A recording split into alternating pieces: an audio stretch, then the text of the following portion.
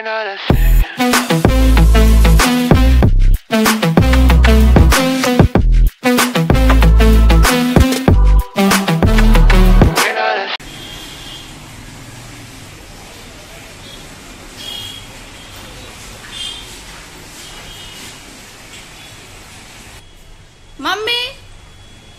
बोला, आज काय आहे?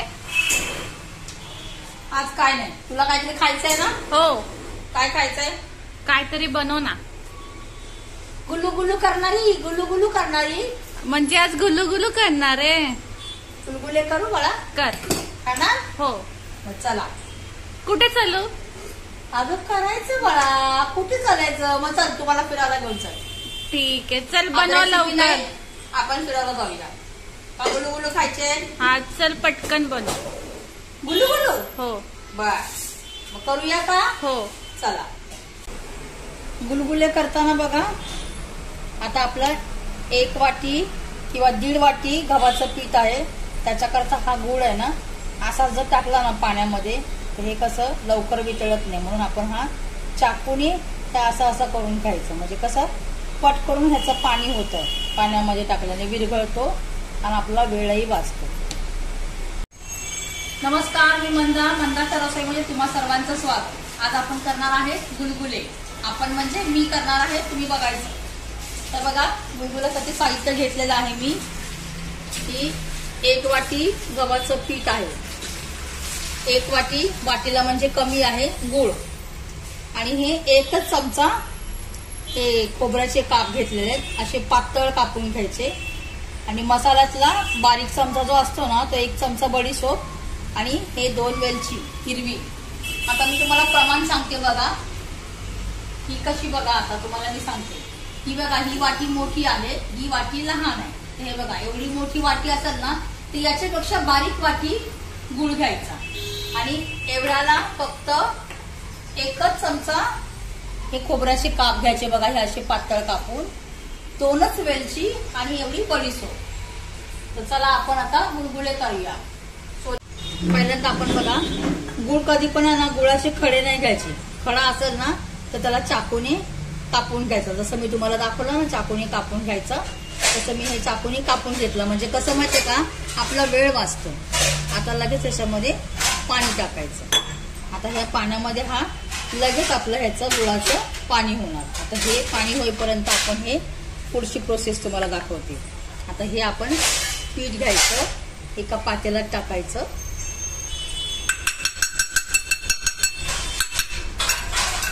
लगेच याच्यामध्ये आपण हे खोबऱ्याचे जे काप आहेत ना ते टाकून द्यायचे. खोबऱ्याचे काप आहे ना, तुम्ही नाही घेणार तर चालून जातं. पण कसं गुलगुल्यामध्ये गुलगुले अगदी गुलगुल्यासारखेच नरम असतात ते गुलुगुलू करणारे ते. म्हणून कसं एखादा आपला खोबऱ्याचा असा तुकडा आला ना तर छान वाटतं खायला. आणि हे बडीशोप आणि ही वेलची आहे ना, हे बारीक करून घेते मी आता खलबत्त्यामध्ये.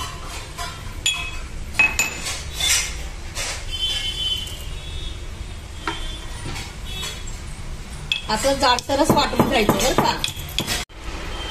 आता बघा, हे असं जाडसरच मी हे वाटून घेतलेलं. वाटून म्हणजे खलबत्त्यामध्ये बारीक केलेलं आहे. तर फक्त आपली ही वेलचीची तलपरं आहेत ना, ती बाजूला काढायची. बाकी सगळं घ्यायचं. वेलचीची तलपरं पण काढायची नाही, चहा पावडरमध्ये टाकायचं. मसाला चहा आपण पितो ना, त्याच्यामध्ये वेलचीचे तलपरं टाकायचे.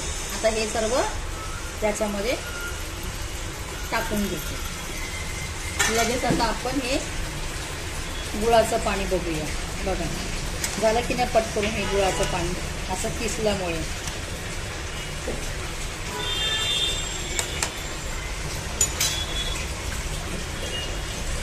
थोडंसं बाकी आहे, त्याला असं हाताने बोटाने असं स्मॅश करून घ्यायचं. म्हणजे कसं पट करून होतं.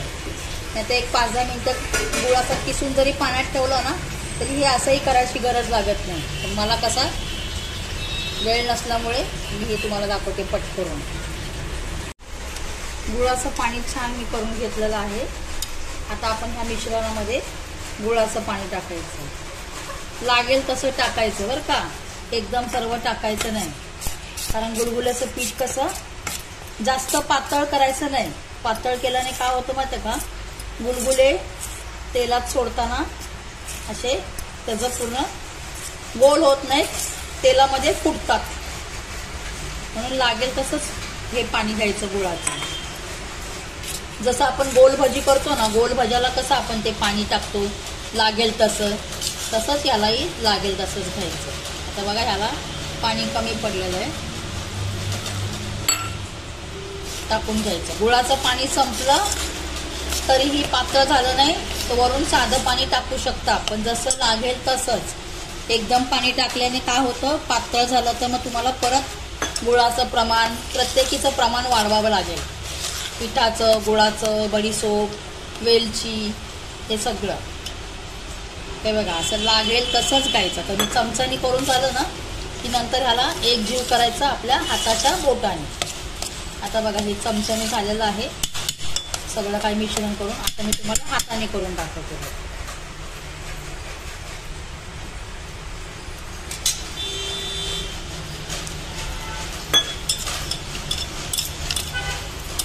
बाकी याच्यामध्ये काहीच घालायचं नाही. आता सगळ्या गाठी फोडून घ्यायच्या. मी तुम्हाला दाखवते.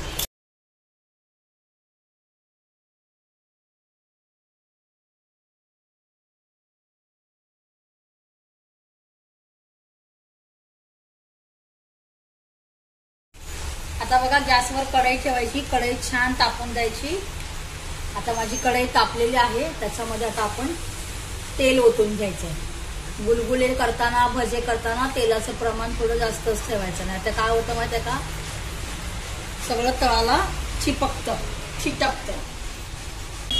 आता बघा तेल आहे ना, पहिल्यांदा खूप गरम करायचं, नंतर परत गॅस बघा स्लो करायचा.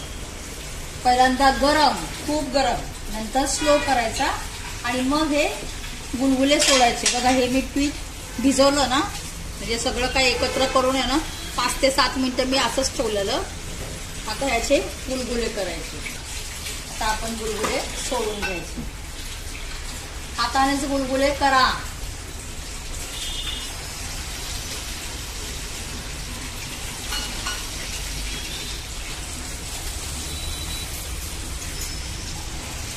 कोणाकोणाला एकत्र असे गुलगुले टाकायला जास्त जमत नसेल, 2-3च टाका, काही हरकत नाही. बघा आता हा एक घाणा टाकून झाला ना की लगेच आपण साईडला हे असं पाणी पण घ्यायचं, त्याच्यामध्ये असं हात धुवायचा आणि मग पुन्हा आपण दुसरा घाणा टाकायचा.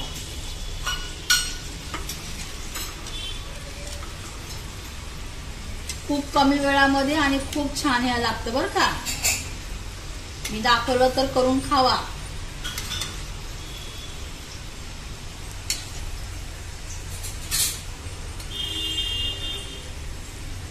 असे छान असे यांचा कलर मस्तपैकी असा ब्राऊन होईपर्यंत परतून घ्यायचं. फक्त सोडा घालायचा नाही. तर जो मला जमत असेल सोडा घालून करायला तर तुम्ही करू शकता, पण सोड्याने काय होतं माहितीये का, तेलामध्ये गुलगुला फुटतो. ते भजा करताच ठीक आहे, गुलगुला करता नाही. आता बघा हे असं सारखं असं उलटं पालटं करायचं, कारण आपलं तेल कसं सुरुवातीला जे आपण गुलगुल्याचा घाणा टाकतो ना तेव्हा तेल खूप गरम असतं. म्हणून हे सारखे असे उलटे पालटे करायचे. का तर सगळ्यांना एकच कलर यावा म्हणून. नाही तर इकडचे जळतील, इकडचे कच्चे, असं नको. सुरुवातीचा घाणा व्यवस्थित करून घ्यायचा. सारखं असं करायचं, वर खाली उलटे सुलटे करत खायचं. आता बघा ह्या अशा रंगावर येईपर्यंत गुलगुले भाजून खायचे.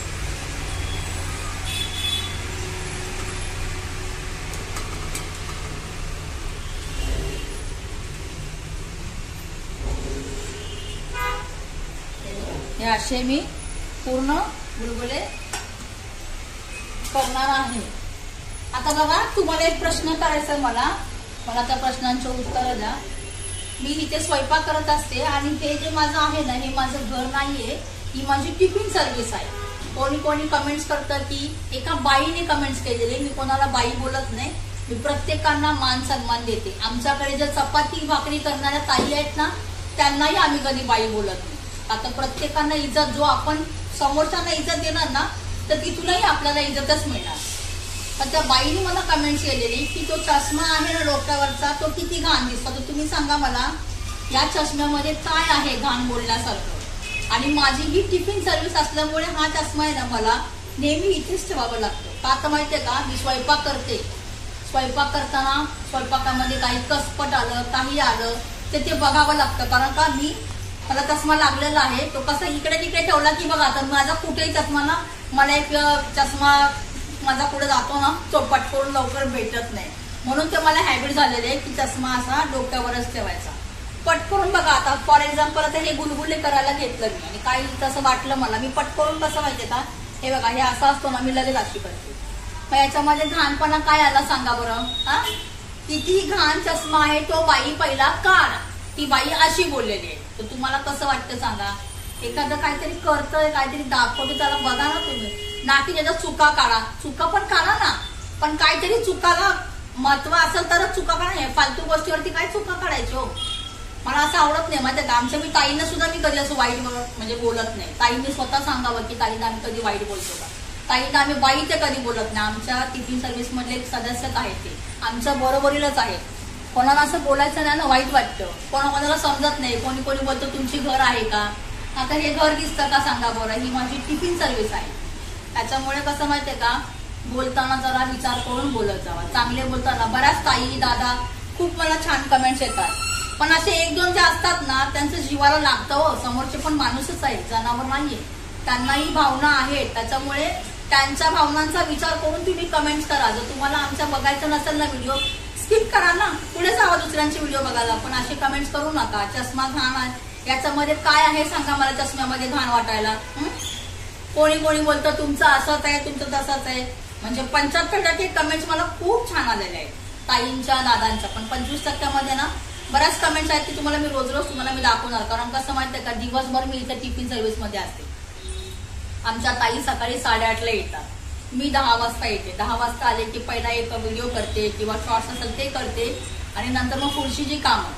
सकाळी 10 वाजल्यापासून संध्याकाळी 11 वाजेपर्यंत आम्ही टिफिन सर्व्हिसला असतो. ताई आमच्या 9:30ला निघतात.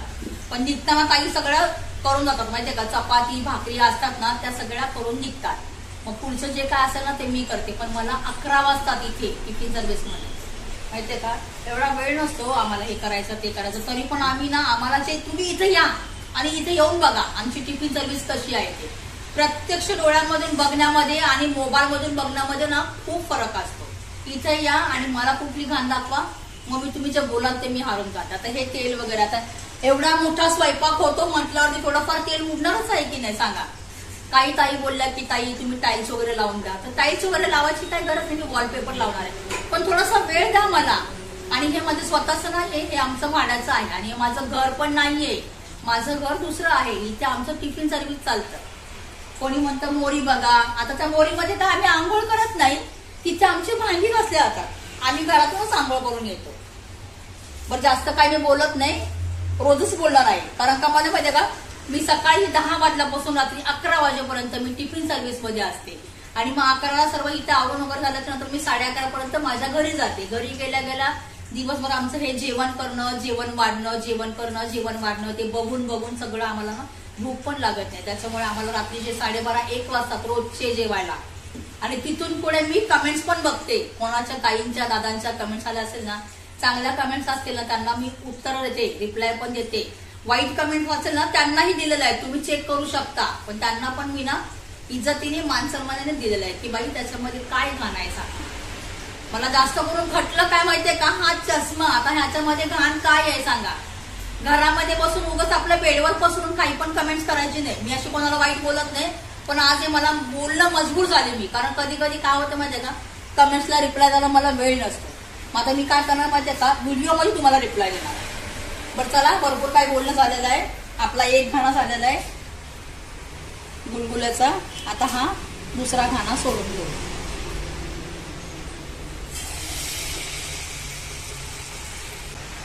बघा असे आता हे हा दुसरा घाणा आहे बघा. घाणा म्हणजे कुठल्या मुलींना बायांना कळत नाही. घाणा म्हणजे हे आपण जे भजे सोडतो ना, आमची आई म्हणायची पहिला घाणा झाला, दुसरा घाणा झाला. त्याच्यामुळे आम्हाला हे कळतं. आता बघा हे छान भाजून झालेले गुलगुले म्हटलं ना जास्त गॅस फास्ट करायचा नाही. पहिला गॅस आहे ना मोठा करायचा, तेल तापवून घ्यायचं आणि मग नंतर जे स्लो करायचा ते स्लोवरतीच करायचं, जास्त फास्ट करायचं नाही. आता बघा हे छान गुलगुले आपले झालेले आहेत. तर बघा आता हे आपले गुलगुले तयार आहेत. गुलगुले कसे झालेत ते मला कमेंट्स करून सांगा आणि गुलगुले बनवून खा.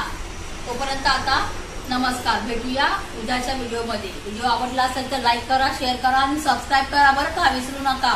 तोपर्यंत नमस्कार.